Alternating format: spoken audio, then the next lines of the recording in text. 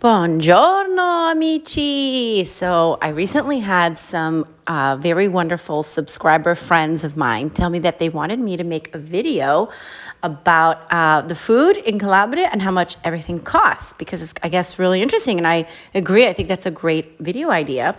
So, I thought I would take you guys up to the mountains once again. We came up here with some friends for just one night to get away from the heat. And so, before we get started with the food, I just wanted to show you the Airbnb that we're staying at. It's called an agroturismo. So they feed you with the food that they make on the property.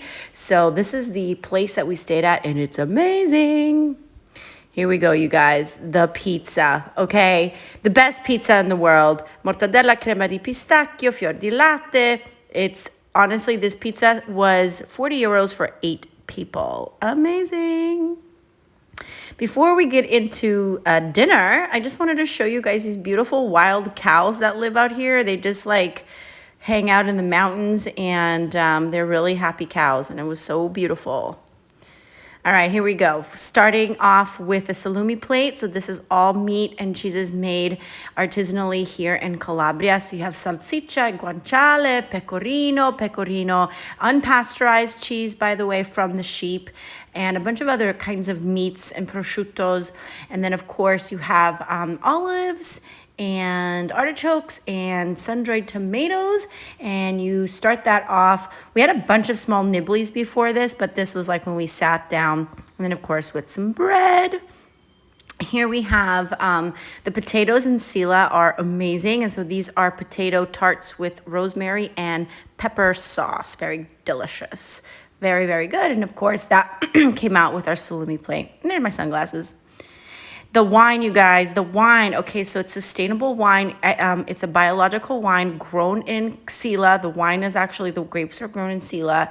It is some of the best wine, I swear. This wine is called Joya, and it literally is 0 kilometers. It comes from this place that we were in, and it's an eco-friendly wine. So it's totally sustainable, and it's really, really good.